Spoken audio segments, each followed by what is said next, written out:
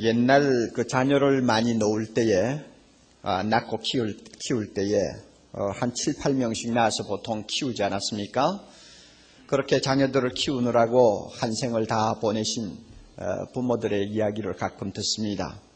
그들의 말이 뭐냐 하면, 아무리 애를 써서 키워도 늘 불평만 하고 있는 자식이 있는가 하면 별로 사랑을 해주지 않았는데도 항상 부모님의 은혜를 잊지 못해야 하는 자식이 있더라 하는 말을 합니다.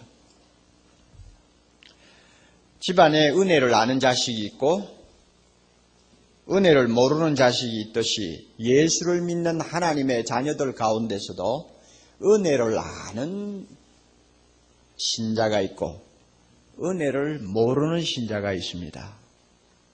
아는 자는 늘 감사하고 찬양하고 감격하는 가슴을 안고 살지만 모르는 자는 받아도 끝이 없고 항상 불평이요 하나님에 대해서 원망하는 마음에 감정을 가지고 삽니다.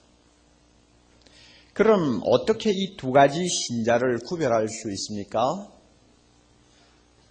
우리 각자가 어느 편에 속한 사람인지 어떻게 알 수 있습니까? 제가 보기에는 9장 6절 이하의 말씀을 우리가 하나하나 검토하면서 그 말씀에 대한 반응이 어떻게 나오느냐에 따라 나는 은혜를 아는 사람이다, 나는 은혜를 아직 모르는 사람이다 하고 스스로 결론을 내릴 수 있다고 생각합니다. 왜 그런가 하면 말씀을 우리가 전반적으로 해석하기 전에 골자만 먼저 알려드립니다. 오늘 읽은 말씀 9장 전체의 내용이 뭐냐면 하나님께서는 사람들을 자기 마음대로 사랑하기도 하시고 미워하기도 하셨다는 것입니다. 하나님이 사랑하신 자는 구원을 받았고 또 앞으로 받을 것이고 하나님이 미워하신 자는 구원을 받지를 못했을 뿐만 아니라 받고 싶어서 아무리 애를 써도 구원 못 받는다는 이야기입니다. 그러면 무슨 기준이나 근거를 가지고 하나님이 그렇게 하셨느냐 물으면 아무 근거도 없다고 합니다. 단지 말할 수 있다면 내가 좋아서 그랬다, 그것입니다. 하나님께서 마음에 그렇게 하고 싶어서 했다는 것입니다. 이것이 오늘 우리가 읽은 9장 말씀 전체를 통해서 나타난 말씀의 요지입니다. 이 말씀은 확실히 우리가 이해하기 어려운 진리입니다. 그리고 들을 때 기분이 썩 좋지를 않습니다. 뭔가 따지고 싶은 생각이 가슴에서 울컥 일어나는 것을 느낍니다. 그러므로 이 말씀은 내가 은혜를 아는 사람인가 은혜를 모르는 사람인가를 구별하고 갈라놓는 데 아주 적격의 말씀이라는 이야기입니다. 우선 내용부터 정확하게 깨달아야 할 필요가 있습니다. 정확히 안 다음에야 정직한 반응을 우리가 읽을 수 있기 때문입니다. 바울은 지난 시간에 우리가 살펴본 바와 같이 자기 동족 이스라엘이 아직도 예수 믿지 않고 있는 것을 보고 쉬지 않는 큰 고통을 가슴에 안고 고민한다고 했습니다. 자연히 그는 이스라엘의 구원 문제를 놓고 깊이 생각하면서 연구하는 사람이 될 수밖에 없었습니다. 도대체 이스라엘 백성이 이렇게 회개하지 않고 돌아오지 않는 이유가 어디 있을까? 이들의 운명이 앞으로 어떻게 될까? 하는 문제를 놓고 그는 연구를 한 결과 6절 이하의 말씀을 통해서 그 해답을 설명하고 있습니다. 그는 이 본문을 우리에게 이야기하면서 신앙적으로 생각하는 것을 알 수 있습니다. 아무리 이스라엘이 믿지 않고 있어도 절대 절망하지 않습니다. 그는 분명히 믿음이 있었어요. 믿음이 있었어요. 6절 보면 알죠? 또한 하나님의 말씀이 폐하여진 것 같지 않도다. 하나님이 이스라엘을 구원하시겠다고 하신 그 약속 절대 헛되이 돌아가지 않는다 하는 걸 믿었어요. 반드시 무슨 의미가 있을 것이다. 그러므로 이스라엘 백성 구원받을 것이다 하는 확신을 그는 갖고 있었습니다. 왜? 이스라엘 백성을 선택하신 하나님은 신실하신 분이기 때문에 그분은 말씀을 하셨으면 반드시 그대로 이루신다는 것을 바울은 믿었기 때문입니다. 그리고 그는 이스라엘의 구원 문제를 다루면서 성경적으로 접근하는 것을 볼 수가 있습니다. 자기 생각을 가지고 적당히 어떤 결론을 내리려고 하지 않고 하나님의 말씀을 하나하나 검토해서 이것은 이렇고 저것은 저렇구나 하는 것을 자기가 찾아냈다는 이야기입니다. 이스라엘 백성의 그 구원 문제를 구약시대의 성경을 통해서 하나하나 검토를 해봤더니 분명한 해답이 나왔습니다. 그 해답이 뭐냐면 아브라함의 자손이라고 해서 다 구원받는 것은 아니더라 하는 것입니다. 어떤 사람은 구원받고 어떤 사람은 버림받았다는 것을 성경을 통해서 그는 알았습니다. 그 좋은 예가 아브라함의 아들인 이스마엘과 이삭을 그는 예를 들고 있습니다. 여러분이 잘 아시는 바와 같이 아브라함은 첩에서부터 첫 아들 이스마엘을 얻었습니다. 그리고 자기 본처로부터 이삭을 아주 노년에 얻었습니다. 둘 다 아브라함의 혈통을 타고난 정상적인 후손입니다. 그럼에도 불구하고 하나님께서 어떻게 하셨습니까? 이스라엘은 버리고 이삭은 택했습니다. 이거 보니 아브라함에게서 낫다고 해서 다 구원받는 거 아니라 그거요. 하나님이 버리는 자가 있는가 하면 택하는 자가 있다는 것입니다. 또 더 좋은 예를 그는 들었습니다. 이삭의 아들인 쌍둥이 에서와 야곱의 경우를 그는 들고 있습니다. 어떻게 했나요? 똑같은 아버지 밑에서 태어난 자녀지만 13절 어떻게 했나요? 하나님께서 야곱은 어떻게 했어요? 사랑하고 에서는 미워했다고 그랬습니다. 언제 그렇게 했나요? 뱃속에 있을 때부터 그랬다고 그랬습니다. 여기서 미워했다는 말을 여러분이 이해를 잘 하셔야 됩니다. 하나님이 미워 안 할 사람을 억지로 미워하듯이 마치 인간이 사람을 미워하듯이 그렇게 했다는 이야기가 아닙니다. 미워했다는 뜻은 뭐냐? 사랑하지 않았다는 것입니다. 야곱을 사랑했죠? 에서는 사랑하지 않았다는 말입니다. 야곱을 불쌍히 여겼지만 에서는 불쌍히 보지 않으셨다는 것입니다. 그러니 야곱은 은혜를 주셨지만 에서에게는 은혜를 안 주셨다는 것입니다. 이것을 미워한다는 말로 표현하고 있습니다. 이것 보면 아브라함의 자손이라고 해서 이스라엘이라고 해서 무조건 다 구원받느냐 그것이 아니라 그겁니다. 이스라엘의 긴긴 역사를 살펴보아도 우리는 쉽게 바울의 결론이 옳다는 것을 알 수 있습니다. 구약에 나오는 이스라엘 역사나 구약에 기록되지 아니한 역사를 보아도 구원받은 사람이 많습니까? 아니면 버림받은 사람이 많습니까? 버림받은 사람이 몇 갑절 더 많습니다. 하나님을 믿지 않고 율법을 저버리고 우상숭배하다가 망한 사람의 수를 헬라면 끝이 없어요. 그러나 놀랍게도 그 가운데서 끝까지 믿고 하나님을 의지하고 살다가 죽은 경건한 사람들은 아주 소수입니다. 이것 보면 하나님이 이스라엘을 선택했다 하는 것은 어떤 목적이 있어서 그 목적을 수행하기 위한 사명적인 선택이지 그 개인의 영혼을 구원하기 위한 선택이 아니었다는 것을 우리가 알 수 있습니다. 이스라엘 백성을 하나님이 선택하신 목적이 뭡니까? 이 세상의 구원자 예수 그리스도를 보내신 혈통을 유지하기 위해서 선택하셨어요. 우리에게 구원자가 오시는 길을 닦아놓기 위해서 이스라엘 백성이라는 소수민족을 하나님이 선택하신 것입니다. 그러니까 사명이죠. 그 사명을 감당하기 위해서는 이스라엘 민족 전부가 선택받은 사람들입니다. 왜? 그 혈통을 통해 예수님이 나야 되니까. 그러나 그것이 과연 개인 하나하나가 완전히 구원받는다는 것을 보장하는 선택이냐? 그건 아니라 그것입니다. 그러므로 사명적인 선택과 영혼 구원의 선택은 다른 것입니다. 우리가 사울왕을 보아도 알지 않습니까? 사울왕은 이스라엘의 왕으로 선택받은 사람이었습니다만 그의 영혼은 버림받았습니다. 일을 위해서는 선택을 받았지만 영혼이 구원받는 문제에서는 하나님의 미움을 받은 사람이 되어버린 것입니다. 이스라엘 백성들에게 이 원리가 그대로 적용된다는 것입니다. 그러므로 27절을 한번 보세요.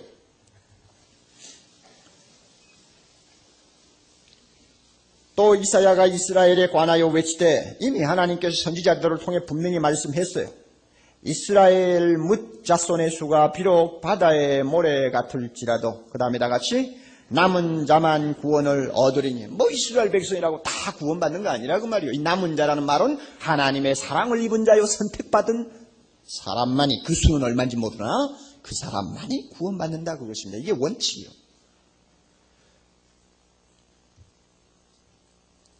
그러면 하나님께서 이렇게 이스라엘 백성 중에서도 어떤 사람은 사랑하고 어떤 사람 미워하고 어떤 사람은 택하고 어떤 사람 버린 그 근거가 있느냐?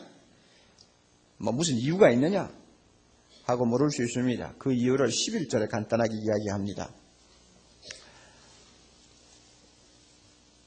에서와 야곱 쌍둥이를 놓고 하나님께서 그 이유를 간단히 설명합니다. 그 자식들이 아직 나지도 아니하고 무슨 선이나 악을 행하지도 아니한 때, 이 말은 선택하고 선택하지 아니한 근거가 사람에게 있는 것이 아니다 그 말입니다. 아니할 때에 택하심을 따라, 누가 택하는 것입니까? 하나님이 택하시는 것입니다. 택하심을 통해서 되는 하나님의 뜻, 이것이 근거라 그 말입니다. 이것이 이유입니다. 하나님의 뜻, 에베소 1장 5절에 보면 하나님의 기뻐하시는 뜻, 이것 때문에 어떤 사람 버리고 어떤 사람 택했다는 이야기입니다. 이게 이유입니다. 이 말을 우리가 좀 더 쉽게 실감나게 표현한다면 하나님이 그저 좋아서 어떤 사람은 택하고 어떤 사람 버렸다는 것입니다. 다른 이유가 없어요. 그것밖에 없어요. 택하기 위한 어떤 근거가 있었느냐? 근거 없어요. 야곱과 에서가 뱃속에 있을 때 선과 악을 행했나요? 그런 것은 전혀 관계하지 아니하고 무조건 야곱 사랑하고 에서 버린 것입니다.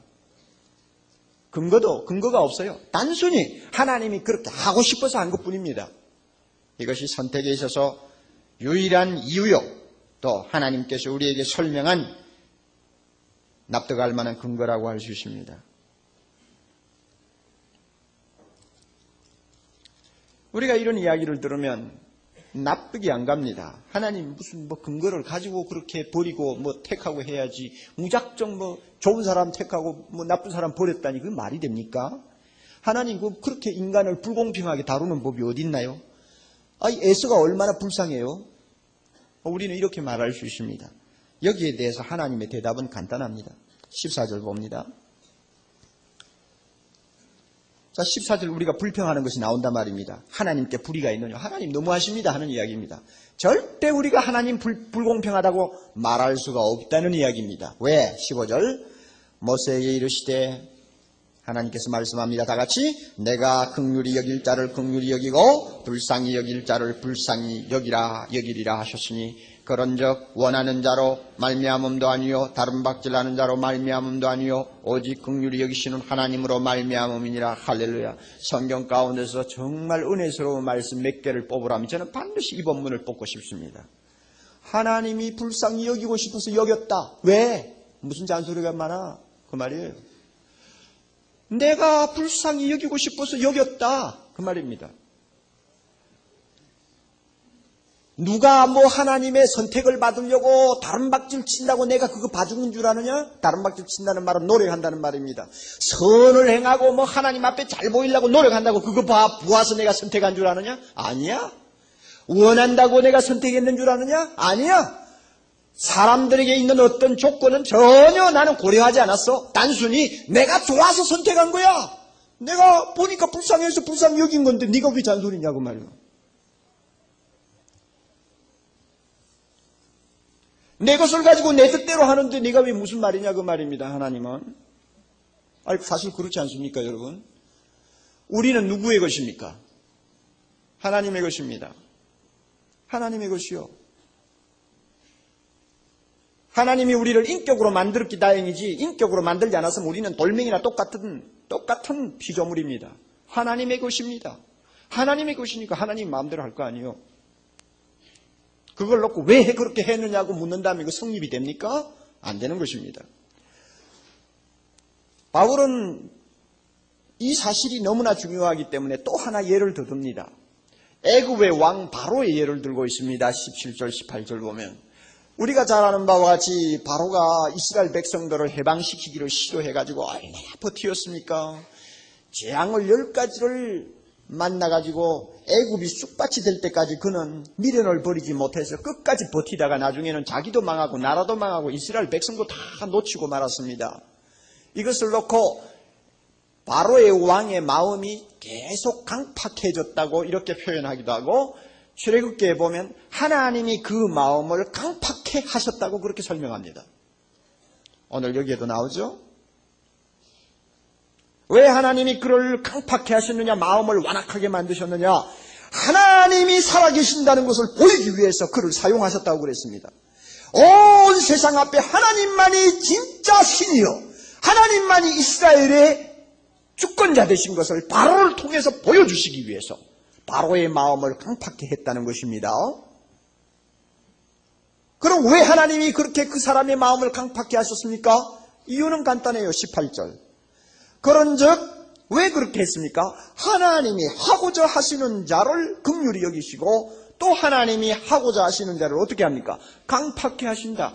더 쉽게 말하면 하나님이 마음을 부드럽게 해주고 싶은 사람은 부드럽게 해주고 마음을 그냥 못된 마음으로 자꾸 만들도록 내버려 둘 사람은 그렇게 내버려 둔다는 말입니다. 하나님이 그렇게 해서 바로는 버렸습니다. 여러분, 여기서 강팍해 한다는 말도 주의를 해야 합니다. 하나님이 무슨 짓궂은 사람처럼 참 선하고 부드러운 사람의 마음을 일부러 막 비비 꼬아가지고 하나님의 말씀을 듣지 않도록 만들었다는 이야기가 아닙니다. 여기서 강팍해 하셨다는 말은 무슨 뜻이냐? 내버려 뒀다는 이야기입니다. 하나님이 은혜를 주시면 강팍해질 수 없습니다. 그러나 하나님이 대먹은 대로 가만히 내버려 두면 인간은 누구나 다 하나님의 말씀을 들으면 들을수록 마음은 굳어지게 돼 있고 인간은 하나님이 계시는 걸 알면서도 하나님을 공경하지 않으려고 하는 못된 본성 때문에 계속 내버려 두면 지늘기 굳어지듯이 굳어지기 마련입니다. 하나님이 바로에게 은혜를 주셨다면 그는 마음을 돌렸을 것입니다. 그러나 하나님이 내버려 두었더니 마음이 계속 강팍해졌다는 이야기입니다. 이것을 일컬어서 하나님께서 강팍해 하셨다는 말입니다. 말로 사용하고 있습니다.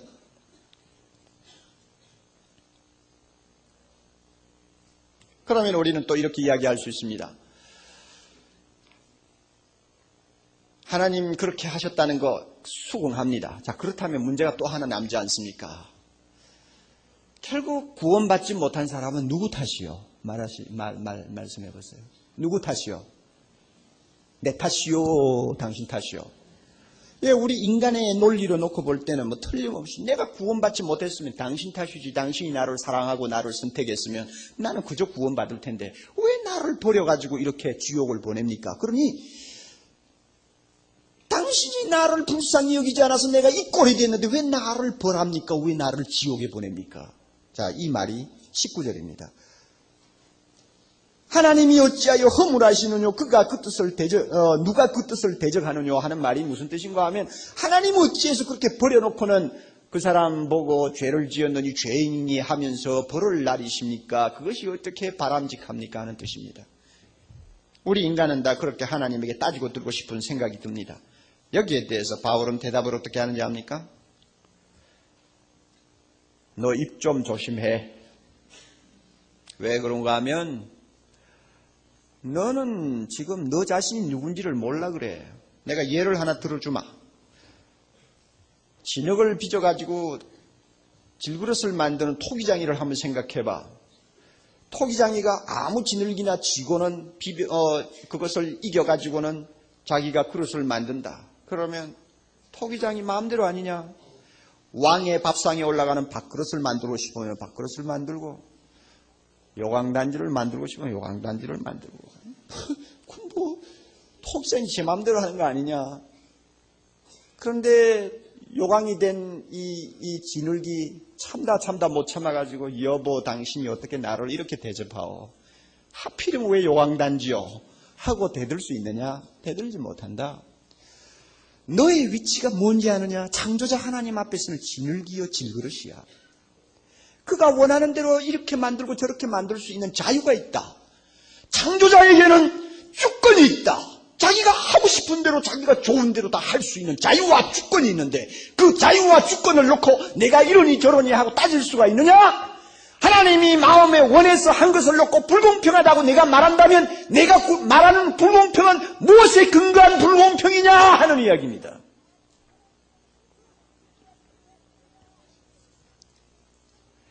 내 존재가 누군가를 모르니까 입을 열고 떠드는 거야. 하나님이 누구신가를 모르니까 그렇게 건방지게 들고 나오는 거야 하는 것이 지금 이 본문입니다. 그러니 입 다물어라 하는 것입니다. 하나님께서 귀 있을 그릇 만들 자유가 있고 천 있을 그릇을 만들 자유가 있다. 하나님께서 어떤 사람에게는 진노를 그대로 내리시기로 작정할 수도 있고 어떤 사람은 긍휼을 내리시기로 작정할 수 있는 자유와 주권이 있다. 그러므로 어떤 사람은 진노의 그릇이 되고 어떤 사람은 긍휼의 그릇이 되는 것이다. 자, 이렇게 한번 가정해보라. 지금 말씀은 이렇게 합니다. 22절 이하는 뭐라고 합니까? 자, 어떤 사람이 있다. 어떤 사람이 있는데 하나님이 이 사람을 어떻게 작정하셨느냐. 내버려 두기로 작정했다. 그러면 그건 진노의 그릇입니다. 진노의 그릇이면 내버려 두었으면 이 세상에서 만사가 잘 안 돼야 정상 아닙니까? 하나님이 막 벌을 주고 막 어떤 데는 다리도 부질러지고 어떤 데는 목도 부질러지고 자동차를 몰고 가다가 뒤집어지고 막 무슨 일이 터져야 그 정상 아닙니까? 그런데 보면은 실상 그렇지 않습니다. 분명히 하나님이 사랑하지 아니한 사람이고 버려놓은 사람인데도 불구하고 세상 일이 너무나 잘 됩니다. 어떤 사람은 차를 사도 불량품이 걸려가지고 고생을 하는데 이 사람은 차만 샀다 하면은 그냥 양호한 것이 나오게 돼 있어요. 어떤 사람은 자식을 낳았다 하면 머리가 둔한데 이 사람은 자식을 낳았다 하면 천재만 나와. 어떻게 된 판인지 알 수가 없어. 자, 이거 분명히 뭔가 모순이 있는 것 같죠? 이북에 있는 김일성이 보십시오. 왜 그렇게 오래 삽니까? 80이 뭐예요, 그게? 여러분, 웬만한 사람이 목에 그렇게 혹이 났다면 벌써 어떻게 됐을 텐데 그 혹을 달고도 저렇게 잘 되고 공산국가가 다 무너지는데도 저렇게 버티고 있는 이유가 뭐냐? 이해가 안 갑니다. 그런데 지금 하나님께서 22절에 뭐라고 합니까? 김일성이와 같은 버려진 진노의 그릇이라도 하나님이 원하시면 내버려 두고 잘되게 한다 그 말입니다. 왜 잘되게 하느냐? 그 사람을 통해서 하나님이 뭔가를 목적을 이루시기 위해서 잘되게 많이 내버려 둔다는 것입니다. 그렇다고 해서 하나님이 잘못하느냐? 아니야, 그것이 아니라는 것입니다. 하나님이 사랑하고 하나님이 택한 어떤 그릇이 있습니다. 그 사람은 세상에서 너무 고생을 많이 합니다. 뭐를 일을 해도 잘 안 됩니다. 돈을 좀 모으려고 해도 어떤 때는 모아놨다가도 다 털려버립니다. 뭔가 목적한 대로 잘 안 됩니다. 그렇기 때문에 날마다 하나님 앞에 가서 자기 마음을 비우고는 매달리게 만듭니다. 그거 보면 이상하다. 하나님이 사랑하고 선택했다면 어떻게 저렇게 될 수가 있느냐 하는데 하나님 뭐라고 합니까?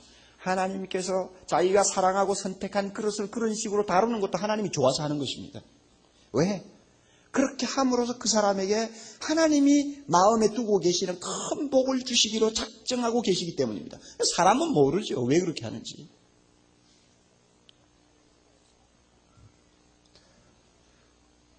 원래 하나님의 사랑을 받지 못한 자가 갑자기 사랑을 받았고 원래 하나님의 백성이 될 수 없었던 사람이 하나님의 백성이 된 케이스가 있다면 우리 이방인들입니다. 여러분 25절을 봅시다. 호세아 글에 이르기를 내가 내 백성 아닌 자를 내 백성이라 하고 사랑치 아니한 자를 사랑하는 자라 부르리라. 사랑하는 자라 부르리라. 여러분 이 사람이 누굽니까? 옛날에 이스라엘 백성은 하나님의 택하심을 받은 자녀들이지만 우리는 하나님의 자녀가 아니었습니다. 옛날에 이스라엘을 놓고 하나님은 내가 너희만 사랑한다고 말씀하셨지만 우리를 보고 하나님은 사랑하신다고 하지 않았습니다. 그러나 지금은 어떻게 됐나요? 진짜 백성이었던 사람은 버림받고 우리는 어떻게 됐나요? 우리는 하나님의 자녀로 부름받고 하나님의 자녀가 되었습니다.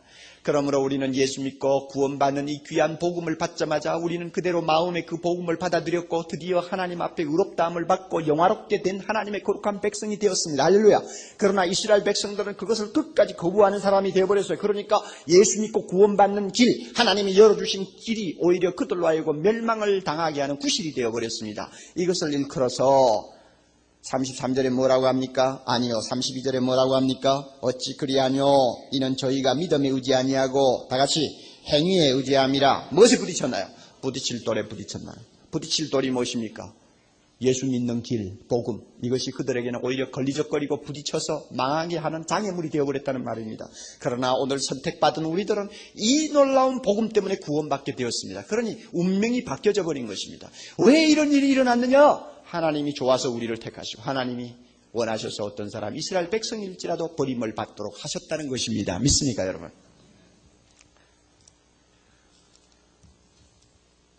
이런 의미에서 어거스틴의 말은 옳은 것입니다. 하나님의 은혜는 선택받기에 합당한 자를 발견하는 것이 아니라 만들어내는 것이다. 하나님의 은혜는 선택받을 자 안 받을 자를 가려내는 것이 아니라 선택받을 자를 만들어내는 것입니다. 그러므로 인간에게 어떤 조건을 따지지를 않아요. 하나님이 좋은 사람 무조건 선택하는 것입니다. 이 선택에 오늘 우리가 참 부름을 받았다는 사실을 생각하면 얼마나 그 은혜가 감사한지 모릅니다. 이미 지나간 이야기니까 합시다. 며칠 전에 제가 국가조찬기도에 초청을 받아서 설교를 했습니다. 그 조찬기도에 제가 가기로 결정을 했다는 말을 듣고 우리 교회 저를 아끼는 젊은이들이 몹시 당황을 했던 것 같습니다. 그래서 어떤 용기 있고 패기만만한 젊은이가 저에게 팩스로 편지를 보냈어요. 그 첫머리에 뭔지 압니까? 까마귀 노는 곳에 백로야 가지 마라.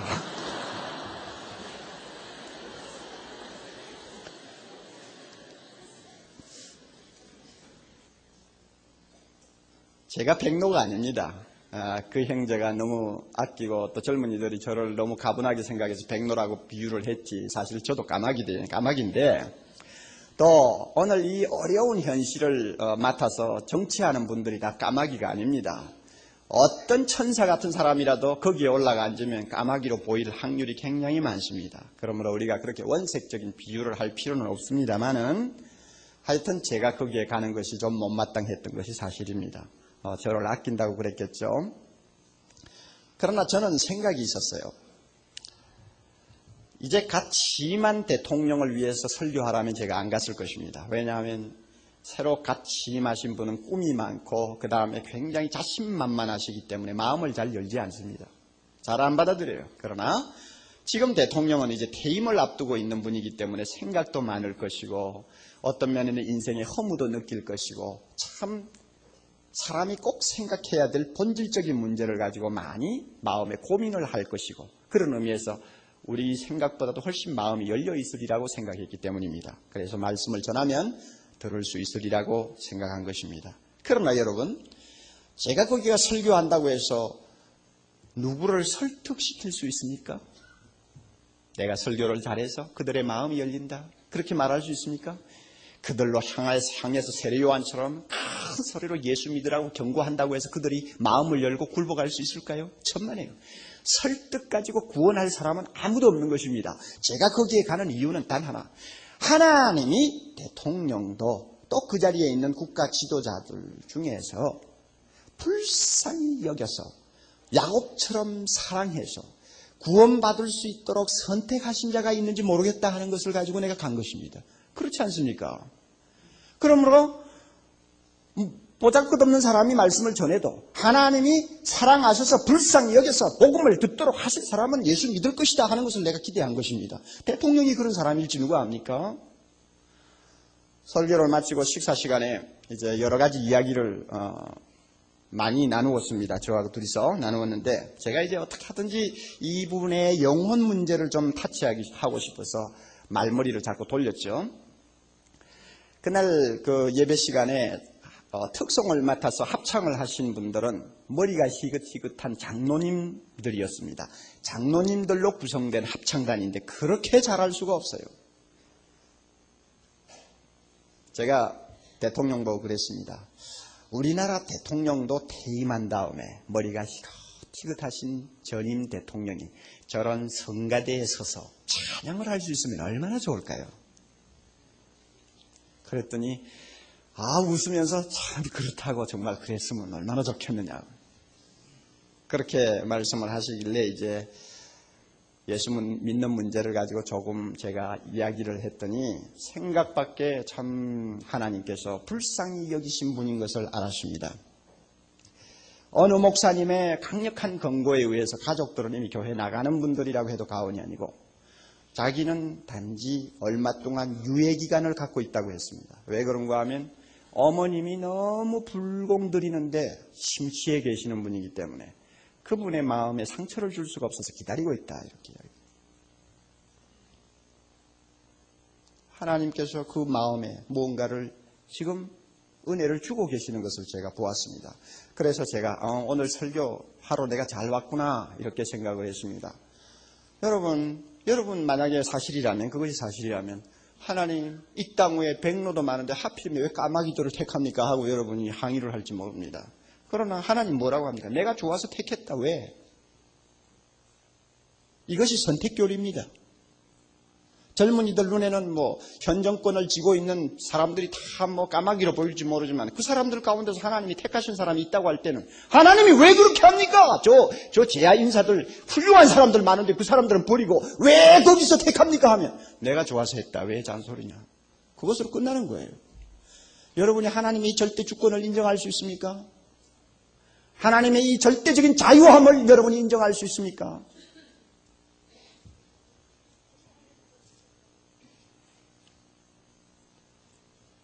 이제 여러분 스스로를 한번 검토할 시간이 되었습니다. 여러분은 하나님의 은혜를 아는 사람입니까? 모르는 사람입니까? 사실 이 선택교리라든지 불가항력적인 은혜교리라든지 또 어떤 사람만 구원한다는 소위 제한 속죄의 교리는 우리가 도무지 이해할 수 없는 우리 시각을 뛰어넘는 하나님의 지혜요 진리입니다. 그래서 칼빈은 이와 같은 불가사의의 성격 때문에 이 교리를 배우는 자에게 두 가지 경고를 했습니다. 첫째는 호기심을 충족시키려고 덤비지 말라 하는 경고입니다. 선택교리를 우리가 공부할 때에 하나님의 지혜의 성역 안으로 우리는 들어가는 것입니다. 하나님만이 알고 계시는 지혜의 세계로 잠깐 발을 옮겨놓는 것이라 말입니다. 그러므로 자신만만해서 한번 따져보고 이해가 되면 믿겠다고 하는 호기심을 가지고 들어가면 나중에는 미로에 빠져가지고 헤어나지 못하고 나중에는 스스로 망하는 자가 되어버립니다. 오늘날 신학자들이나 지식인들 가운데서 그런 사람들이 얼마나 많습니까? 우리의 건전한 태도는 무엇입니까? 하나님이 성경 말씀을 통해서 가르쳐 준 것만큼 배우고 만족하고 감사하는 것입니다. 하나님이 말씀한 것만큼만 감사하는 거예요. 그리고 하나님이 말씀하지 않는 부분에 대해서는 관심을 기울일 필요가 없는 것입니다. 호기심을 가질 필요도 없어요. 더 알려고 남을 넘어갈 필요도 없는 것입니다. 이 태도가 우리에게 중요한 것입니다. 하나님이 침묵하시면 우리가 침묵해야 합니다. 내 호기심 가지고 자꾸 하나님이 말씀하지 아니한 것을 들여다보고 알고 싶어하는 것은 이단들이 하는 짓이지 하나님의 말씀을 바로 배우는 사람은 그렇게 하면 안 됩니다. 그러므로 이 선택교리는 하나님이 조금만 말씀하셨기 때문에 우리가 모르는 것이 너무나 많습니다. 이해를 못하는 부분이 너무나 많습니다. 그러므로 칼빈은 이렇게 말합니다. 이 선택교리에 대해서 모르는 점이 있다는 것을 부끄러워하지 말아야 한다. 잘 모른다는 것을 절대 부끄러워하지 말아야 한다. 이 모르는 것이 있다는 것이 뭐냐? 일종의 유식한 무식이기 때문이다 그랬습니다. 따라하십시오. 유식한 무식. 네, 유식한 무식이야.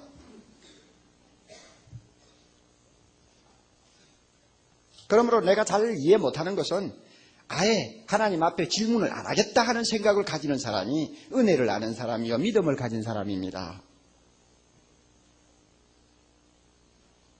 자꾸 호기심을 가지고 하나님 앞에 대드는 사람, 이 사람은 하나님이 하나님이신 것을 아직도 모르는 사람이요. 우리가 옛날 속담에 하룻강아지 법무서운 줄을 모른다는 그 말하고 똑같습니다. 하나님이 누구신가, 창조자가 어떤 분인가를 모르기 때문에 자꾸 덤비는 거예요.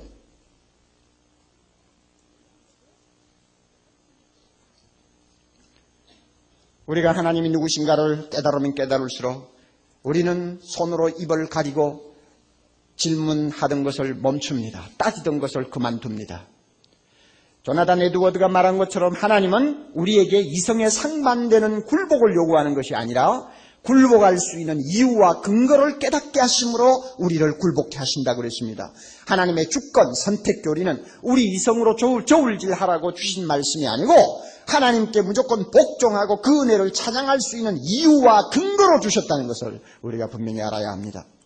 만일 하나님이 우리의 이해와 관념을 초월하시는 분임을 알진대 하나님이 하시는 일도 우리 이성을 가지고 추구할 수 없는 높은 지혜를 가지고 하시는 것임을 우리가 인정해야 합니다. 이런 우리 이성을 초월하고 우리의 지성을 초월한 창조자 하나님을 우리가 인정할 때에 시시컬컬한 호기심을 가지고 하나님 앞에 대두는 일은 하지 아니할 것입니다. 또 우리가 이 선택교리에 대해서 잘못 빠질 수 있는 위험이 있는데 그것은 침묵하기 쉬운 것입니다. 야, 이것은 잘 모르는 거야. 말 들으면 비상해서 못 들어. 이거는 도무지 논리도 통하지 않아. 그러니까 가급적이면 이런 것은 피하자. 선장이 암초를 피하듯이 가급적이면 성경을 읽다가도 이런 문제가 나오면 자꾸 피해서 그냥 넘어가려고 하는 태도. 이것도 나쁜 것입니다. 왜? 하나님이 말씀하신 것만은 우리가 배워야 하고 또 말해야 합니다. 하나님이 가르쳐준 그것을 우리가 바로 받을 때 복을 받을 수 있는데 하나님이 말씀하신 데 대해서 침묵하면 안 됩니다. 하나님이 입을 열지 아니할 때는 우리는 입을 다물어야 되지만 하나님이 입을 여신 진리에 대해서는 겸허한 자세로 배우고 우리가 그 말씀을 마음에 받아야 합니다. 만약에 하나님이 가르쳐 주신 진리인데도 불구하고 야 그거 너무 골치 아프고 뭐 이해가 안 되는 말씀이다 하고 우리가 가급적이면 침묵하고 피하려고 하면 짐승과 같은 무지로 만족하는 사람이 되기 쉽습니다. 자, 이제 여러분 결론은 이것입니다. 비밀로 두신 것은 탐색하지 말아야 하고 하나님이 공개하신 것은 버리지 말아야 합니다. 과도한 호기심은 피해야 합니다. 은혜에 또 너무 무식하다는 말을 들을 만큼 하나님이 가르쳐 주신 데 대해서 우리가 또 깊이 하지를 말아야 합니다. 자, 그렇다면 여러분의 반응은 무엇입니까? 아직도 잘 이해를 못하겠어. 아무래도 통하지 않아. 하나님은 불공평하셔. 구원 못 받은 자의 손해배상은 하나님이 해야 돼. 하고는 하나님이 하신 일을 저울질하고 계십니까? 저는 이렇게 말하고 싶습니다. 당신은 아직 은혜가 무엇인지 모르는 사람입니다. 그러나 내가 이해할 수 없는 이런 선택교리, 하나님의 주권, 제한, 속죄, 또 불가항력적인 은혜, 이와 같은 말씀을 들을 때나 이해는 못하지만 주님 감사합니다. 정말 기가 막혀.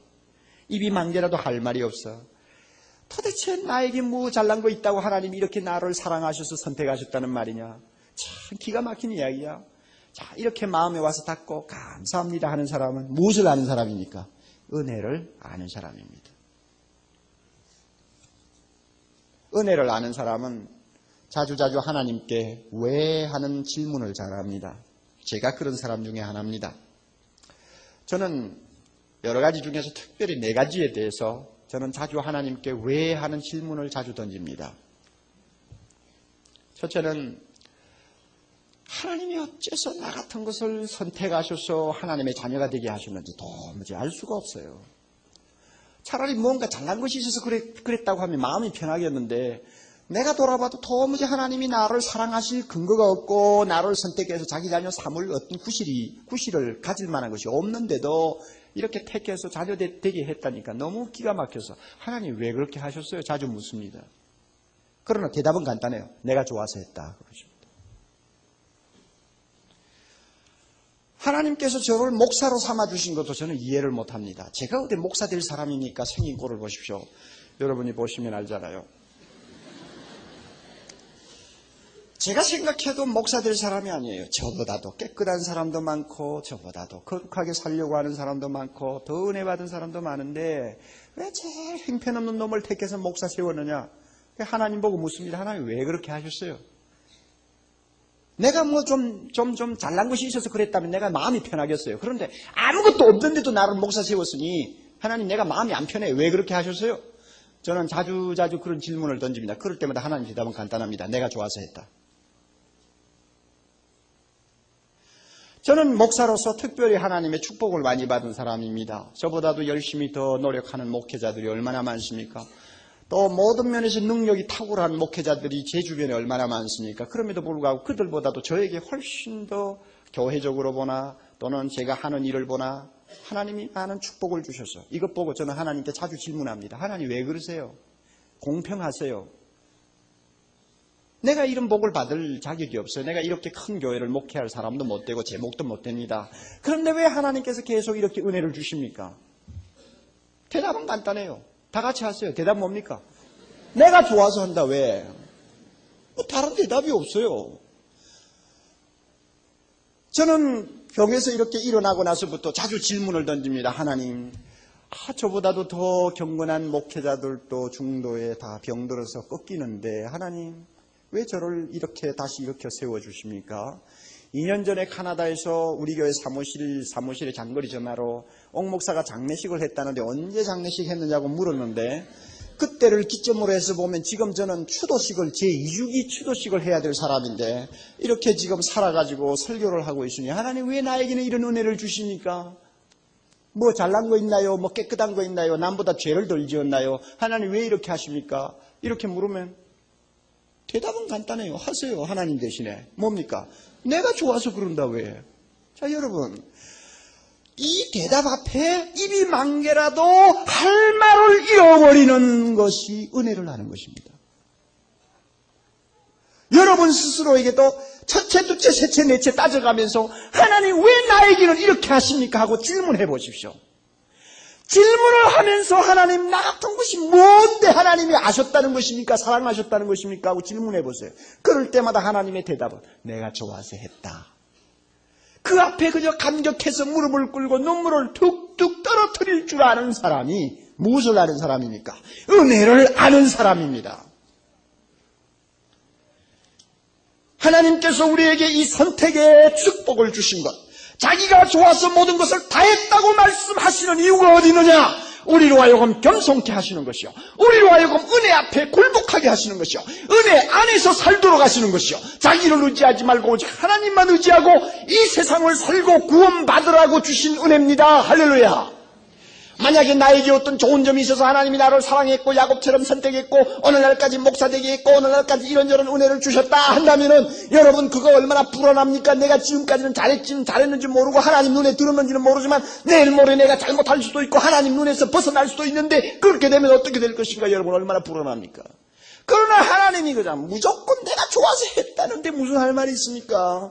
그러니 주여 감사합니다. 주님 감사합니다. 그저 나에게는 자랑할 것이 하나도 없습니다. 모든 것이 은혜입니다. 은혜입니다. 어느 찬송가 작가처럼 하나님의 은혜로 이 쓸데없는 자 왜 구속하여 주셨는지 나는 알 수 없습니다. 왜 내게 성령 주셔서 내 마음을 감동해 주 예수 믿게 하셨는지 나는 모릅니다. 하나님 모르는 이것을 주셨으니 감사합니다. 이렇게 고백하는 것이 은혜입니다. 그러므로 이 놀라운 은혜를 주신 하나님 아버지, 내 인생 다 끝날 때까지 주님께서 내 형편 잘하시고 끝까지 돌보아 주시고 구원해 주실 것 믿습니다 하는 확신이 생기는 것입니다.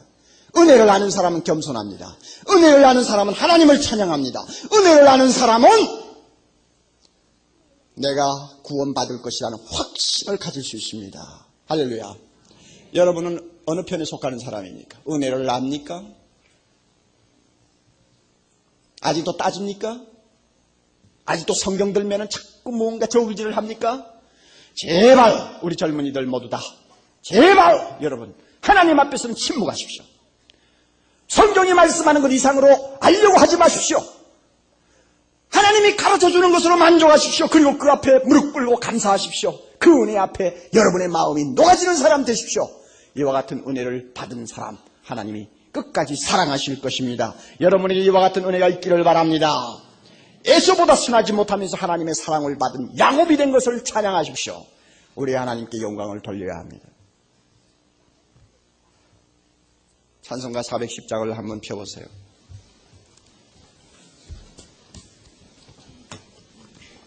410장 보면 하나님의 은혜로 이 쓸데없는 자 왜 이렇게 구원해 주셨는지 난 모르겠다. 정말 은혜를 아는 사람은 이런 찬송을 부릅니다. 그러면서도 감사하고 그러면서도 기뻐합니다. 1절, 2절, 3절만 부르겠어요. 하나님의 은혜로 왜 쓸데없는 이것을 구원해 주셨는지 나는 알 수가 없다. 왜 내게 굳센 믿음과 또 복음 주셔서 내 마음이 항상 편한지 나는 알 수 없어. 다 몰라요. 다 몰라요. 그저 모르는데 주시니까 받은 것뿐이지 몰라요. 모르지만은 감사할 수 있어요.